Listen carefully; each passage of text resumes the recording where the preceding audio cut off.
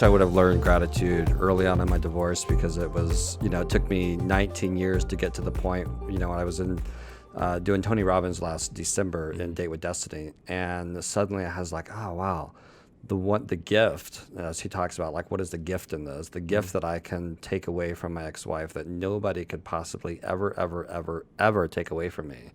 And then it just melts everything else. It grounds me into everything I think about her, is that I'm a father.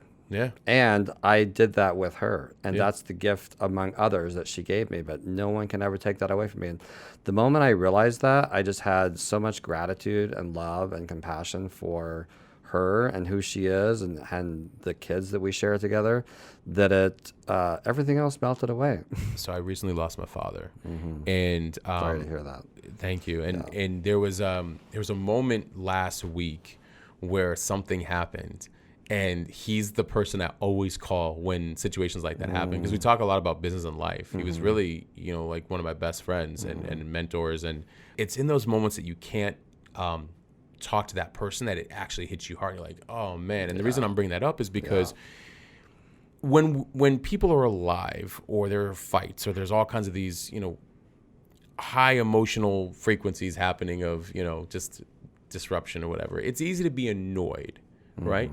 But we never stop to take a look at all the other things that those people do for us. I was never actually really annoyed that much at my father, because he's a pretty cool dude. But for the most part, like, you don't think about, it's not until someone's gone that the only things you can actually really remember of them are in moments where you would share something with them. And so it actually made me stop for a second and think about, wow, how much more grateful you have to be with the living, because otherwise we just jaded by some maybe emotional trauma we're having, or emotional experience we're having where we're upset at somebody else or whatever it might be. But that's the other thing is that it's like, no, there's a learning here of it's actually a test. Like, no, you actually need to be grateful. Yeah, it reminds me of our mutual friend Bradley, is like, just recently dying, and it was such a.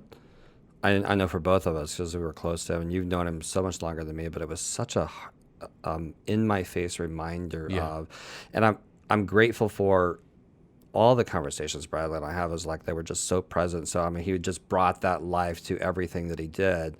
And at the same time, it was like, wow, how do I take this experience of this relationship with Bradley, and how do I take that into all my relationships to show exactly what you're talking about? Like, we focus on, the BS stuff so much that we forget about all the good. Right. And please don't wait until they're gone to be able to. There's a lot of good happening. There's so much good happening. And in the world, in today's world, where a lot of focus is on all that's not good, if you separate yourself from all of that and you redirect your focus, maybe it's shutting off the television, maybe it's shutting off the radio, or spending only limited amount of times on those things.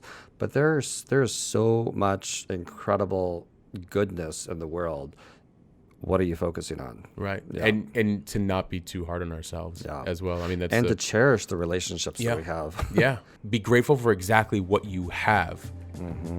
If you're grateful for exactly what you have, you suddenly have more of it. For sure.